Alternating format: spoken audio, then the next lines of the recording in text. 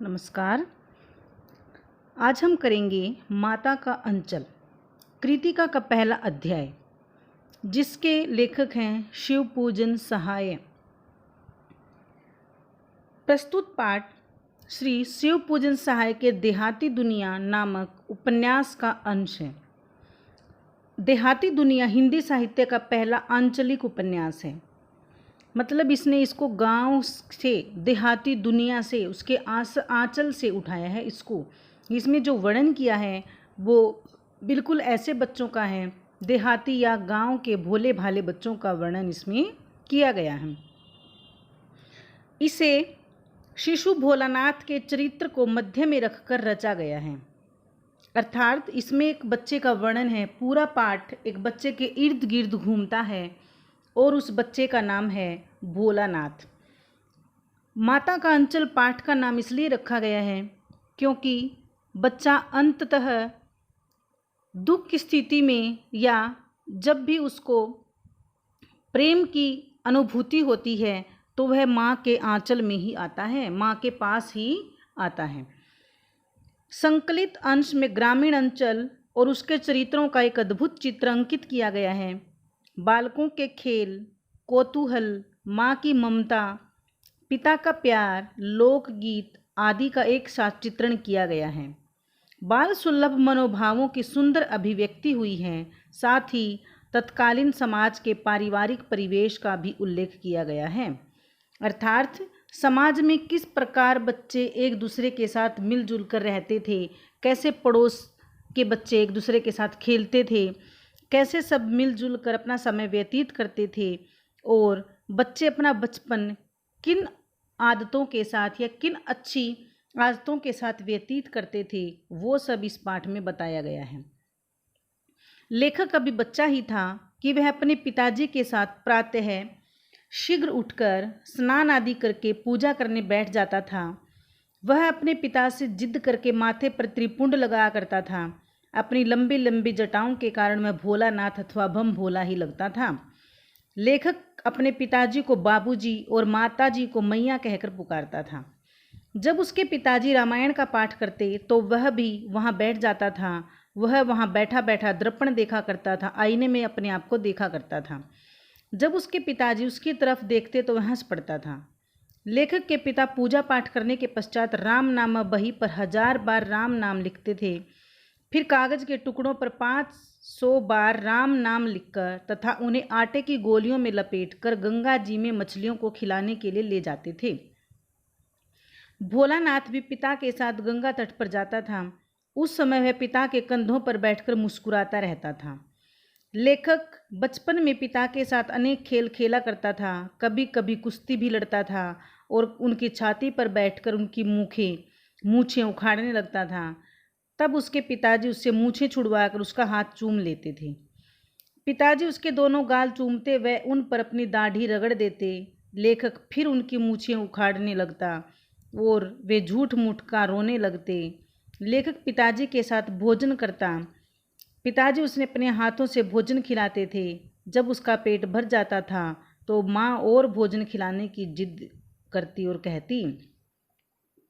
अर्थात भोलानाथ का अधिक से अधिक समय उसके पिता के साथ व्यतीत होता था। उसके पिताजी उसको जंगल में ले जाते, वृक्ष की डालियों पर बैठाकर झूला झुलाते थे और वह भी अपने पिता के ऊपर चढ़कर घोड़ी के समान उस पर सवारी करता था। अपने पिता की मूछें नोचता रहता था। इस तरह वह अपने पिता के साथ पूरा दिन मस्ती करता रहता था और उसके पिता भी उससे अत्यधिक स्नेह करते थे। लेकिन उसके पिता के खिलाने के बाद भी माँ जिद करने लगती और कहती, जब खाएगा बड़े बड़े कोर तब पाएगा दुनिया में ठोर। अर्थात उसकी माता जी उसको कहती, जब बड़े बड़े कोर खाएगा, जब बड़ी बड़ी रोटियां खाएगा, टुकड़े खाएगा, तभी दुनिया में कहीं ठिकाना बन पाएगा। अर्थात भूखे पेट रहेगा तो कुछ भी नहीं कर पाएगा, ताकतवर नहीं बन पाएगा। वह अपने पति को ताना देती हुई कहती है कि आप मर्द लोग बच्चों को खाना खिलाना क्या जानो। तब माँ उसे तोता, मैना, चिड़िया, मोर आदि पक्षियों के नाम ले लेकर भोजन कराती। कभी कभी माँ उसके बालों में चुल्लू भर कड़वा तेल लगा देती, उसके माथे पर बिंदी लगा देती उसकी चोटी गूंथ देती तथा उसमें फूलदार लट्टू भी बांध देती, उसे रंगीन कुर्ता और टोपी पहना देती, तब वह गली में खेलने के लिए चल देता। अर्थात जब माँ उसको कड़वा तेल बोंथ देती थी और नहलाने के लिए उसको ले जाती थी तो सिसक सिसक कर रोने लगता था। अर्थात उस बच्चे को नहाना और तेल लगवाना पसंद नहीं था, लेकिन जैसे ही गलियों में बच्चों के पास जाता तो रोना भूल जाता था, सिसकना भूल जाता था। भोलानाथ बच्चों के साथ खेलकर बड़ा खुश रहता था और घर में रहना उसको इतना पसंद नहीं था। लेखक बच्चों के साथ मिलकर तरह तरह के खेल खेला करता था। वह मिठाइयों की दुकान सजाता तो कभी नाटक किया करता। दुकान में पत्तों की पूरियाँ, गीली मिट्टी की जलेबियाँ भी बनाई जाती। जब पिता उन्हें ऐसे खेलता देख लेता तो वह सबको तोड़ फोड़ देता और पिता हंसने लगते। इस प्रकार लेखक घर बनाने का खेल व विवाह रचाने, बारात को भोजन कराने के खेल भी खेला करता था। वह बच्चों के साथ मिलकर बारात का जुलूस निकालने का खेल भी खेलता था, जिसमें कनस्तर का तंबूरा बजता, आम के पौधे की शहनाई बजती, टूटी हुई चूहेदानी की पालकी सजाई जाती, समधी बनकर बकरे पर चढ़ जाते। यह जुलूस चबूतरे के कोने से दूसरे कोने तक जाता। कभी कभी खेती करने का खेल भी खेला जाता। इस प्रकार खेल और नाटक करना प्रतिदिन का काम था। अर्थात वो अपने घर के चबूतरे को ही खेलने के लिए घर बनाते थे, कभी खेत बनाते थे, कभी उसमें विवाह रचाते थे। एक कोने से दूसरे कोने तक उसका प्रयोग करते थे और जब उसके पिताजी आ जाते थे तो शर्माकर भाग जाते थे। कभी किसी दूल्हे के आगे चलती पालकी देखते तो जोर जोर से चिल्लाने लगते। एक बार एक बूढ़े वर ने लेखक मंडली को खदेड़कर ढेलों से मारा। एक बार रास्ते में आते हुए मूसन तिवारी को बुढ़वा बेईमान कहकर चिढ़ा दिया। अर्थात वो किसी किसी को चिढ़ा भी देते थे। बूढ़े की बारात को देखकर उन्होंने उस मूसन तिवारी अर्थात बूढ़े से अपशब्द कहे और उसको चिढ़ा दिया। करेले का चोखा कहकर उसको संबोधित किया, क्योंकि वह बहुत कटु वाणी में बोलता था। मूसन तिवारी ने भी उनको खूब डांटा। उसके बाद मूसन तिवारी स्कूल पहुंच गए। वहां चारों लड़कों में से बैजू तो भाग निकला, किंतु लेखक और उसका भाई पकड़े गए। यह सुनकर बाबूजी दौड़ते हुए पाठशाला गए। गुरुजी से विनती कर बाबूजी उन्हें घर ले गए। लेखक और उसके मित्र एक बार मकई के खेत में चिड़ियाँ पकड़ने घुस गई। चिड़ियाँ तो पकड़ी नहीं गई और खेत से अलग होकर वे सब राम जी की चिड़ई, राम जी का खेत, खा लो चिड़ई भर भर पेट।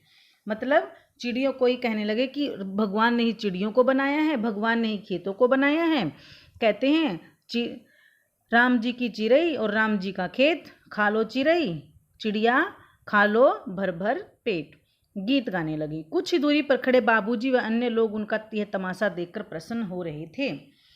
टीले पर जाकर लेखक और उसका भाई अपने मित्रों के साथ चूहों के बिल में पानी डालने लगे। कुछ देर बाद उसमें से श्री गणेश जी के चूहे की अपेक्षा सांप निकल आया। उससे वे इतने डर गए कि वहां से रोते चिल्लाते भागते हुए माँ के पास आए और गिरने, फिसलने व कांटे लग जाने के कारण सब लहूलुहान हो गए। सब अपने अपने घरों में घुस गए। उस समय बाबूजी बरामदे में बैठकर हुक्का पी रहे थे। वे दोनों अपनी माँ की गोद में जाकर छिप गए। उन्हें डर से कांपते हुए देखकर माँ भी रोने लगी। वह व्याकुल होकर कारण पूछने लगी। वह उन्हें कभी अपने आंचल में छिपाती तो कभी गले से लगाती। माँ ने तुरंत हल्दी पीसकर लेखक और उसके भाई के घावों पर लगाई। उनके शरीर अभी भी कांप रहे थे, आंखें चाहकर भी नहीं खुलती थी। बाबूजी भी उन्हें अपनी गोद में लेने लगे, किंतु वे माँ के आंचल में ही छिपे रहे। अर्थात माता का अंचल पाठ का जो शीर्षक है वो उपयुक्त है, क्योंकि जब डर की स्थिति होती है, जैसे भोलानाथ के साथ हुई थी कि भय की स्थिति में बच्चा आखिरकार माँ के आंचल में ही सुकून पाता है, उसको सुख मिलता है। वह सब जगह छोड़कर माँ के पास रहना ही पसंद करता है। ज़्यादातर भोलानाथ अपने पिता के पास समय ज़्यादा व्यतीत करता था, लेकिन डर की स्थिति में वह अपने पिता के पास न जाकर अपनी माता के पास गया। तो भोलानाथ, इस पाठ में से प्रश्न ज़्यादातर पूछे जाते हैं। भोलानाथ और उसके साथियों के खेल और खेलने की सामग्री आपके खेल और खेलने की सामग्री से किस प्रकार भिन्न है? आजकल के खेल कौन से हैं और पूर्व जमाने के खेल कौन से थे? दोनों के खेलों में बहुत अंतर आ गया है। आज माता पिता बच्चों को भोलानाथ और उसके साथियों की भांति भांति ऐसे वैसे गली मोहल्ले में घूमने की इजाज़त नहीं देते। वे बच्चों का बहुत ध्यान रखते हैं। आज के बच्चे घर बनाना, विवाह रचना, चिड़िया पकड़ना, दुकान बनाना, खेती करना आदि खेल नहीं खेलते हैं। पहले ज़माने के बच्चे ये सब खेल खेलते थे। आजकल के बच्चे क्रिकेट, साइकिल चलाना, दौड़ना, तैरना, लूडो आदि खेल खेलते हैं।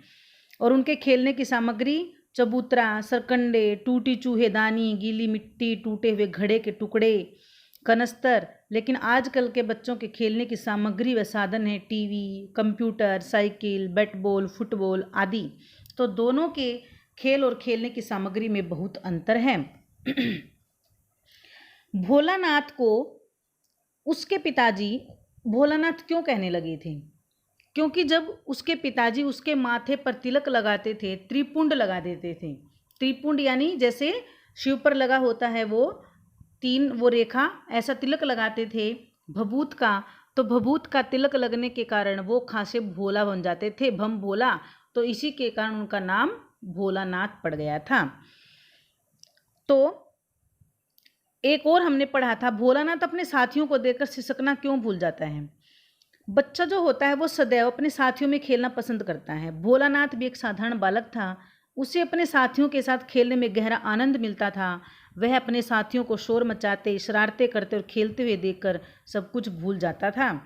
और जब रोकर जब वह सिसकने लगता था और जैसे उसके साथी आ जाते थे तो वह सिसकना भी भूल जाता था। 30 के दशक की ग्राम्य संस्कृति का इस पाठ में चित्रण किया गया है। इस उपन्यास में अंश के 30 के दशक की ग्रामीण संस्कृति का। आज की ग्रामीण संस्कृति में आपको किस तरह के परिवर्तन दिखाई देते हैं? 30 के दशक की ग्राम्य संस्कृति और आज की ग्राम्य संस्कृति में पर्याप्त अंतर है। आज कुओं से पानी भरना व कुओं से खेती की सिंचाई करने का प्रचलन समाप्त हो गया है। गांव में पीने के लिए पानी की वाटर सप्लाई हो गई है और खेतों में ट्यूबवेल लग गए हैं। खेतों में बैलों की अपेक्षा